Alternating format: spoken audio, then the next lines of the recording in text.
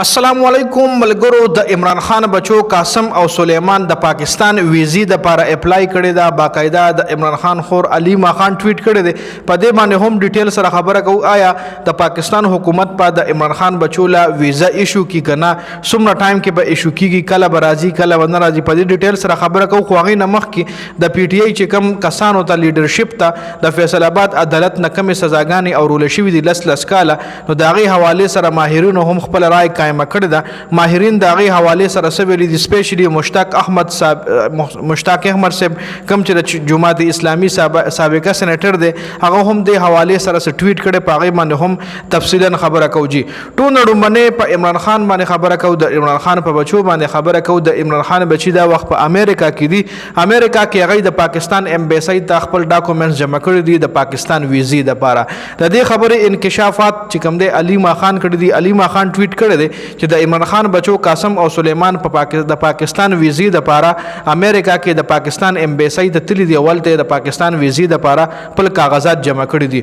خو د ویزې اپروو ولې لا نه ده راغلی ویزه ورته لا نه ده اپروو شوي اوس ډېر ماهرین وایي چې ویزه به دی ته میلاویږي خو څه ټایم پس به میلاویږي مطلب 5 اګست نه پس دا احتجاج چې کله ختم شي د پی ټي آی چې کوم احتجاج دی هغې نه پس به میلاویږي اوس کله میلاویږي کله نه میلاویږي دا به راتلونکي ټایم کې پته لګي خو چې عمران خان چې څومره مخالفینو ای به دا خبره کوله د عمران خان حوالې سره چې عمران خان خپل بچي په لندن کې کینولي دي او دلته پاکستانیانو بچي چې کوم دي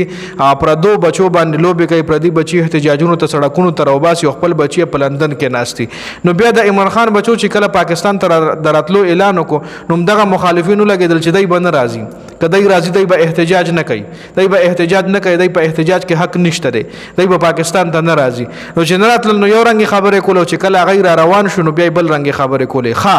دنه پس بیا بل ورځ عمران خان په جیل کې یو صحافي ته پوښتنه وکړه چې ستا بچي احتجاج لیډ کولو دپاره راځي نو عمران خان ولوي چې نه زما بچي احتجاج لیډ کولو دپاره نه راځي زما بچي که راځي نو هغه صرف ما له ملاقات ته به راځي هغه احتجاج لیډ کولو دپاره نه راځي نو بیا د عمران خان مخالفینو یو بل ناریټیو جوړه کړه چې عمران خان خپل بچي د احتجاج نه منې کړل عمران خان خپل بچي احتجاج له نه راپرېږدي لکه بیا یو بل ناریټیو جوړه کړه خیر دا خو د هغې حوالې سره اپډیټ اوس ویزه ولا کله میلاویږي په هغې باندې بیا ډیټیل سره خبره کوو خو اوس چې کوم د فیصل آباد ای ټي سي عدالت نه د پی ټي آی کارکنانو ته پی ټي آی لیډرشپ ته لس کاله سزاګانې اورودل شوي دي نو دې حوالې سره ماهرین څه وایي چې دې کیس کې د ګواهانو بیانات چې کوم دي هغې کې ډېر زیات فرق دی دا فیصله که بل عدالت ته لاړه دا فیصله به ریورس کېږي ډېر ماهرین دا خبره کوي خو دا فیصله بل عدالت کې لګېدل اپیلونه بیا لګېدل په دې کې به ډېر وخت لګي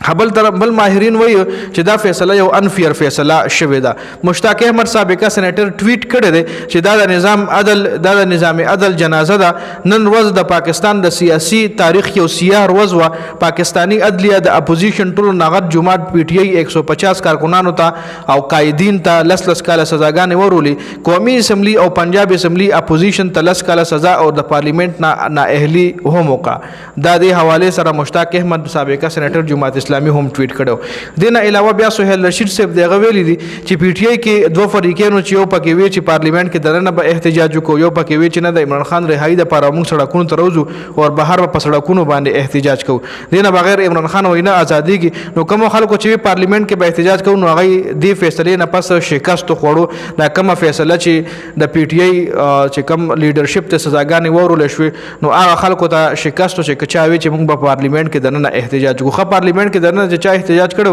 نو یې کم څه کسان حکومت نااهل کړو جي نو په دې ویډیو کې دا اپډیټ شو د ویډیو کتلو ډېره زیاته مننه ویډیو ضرور مخکې ملګرو سره شریکه کړئ والسلام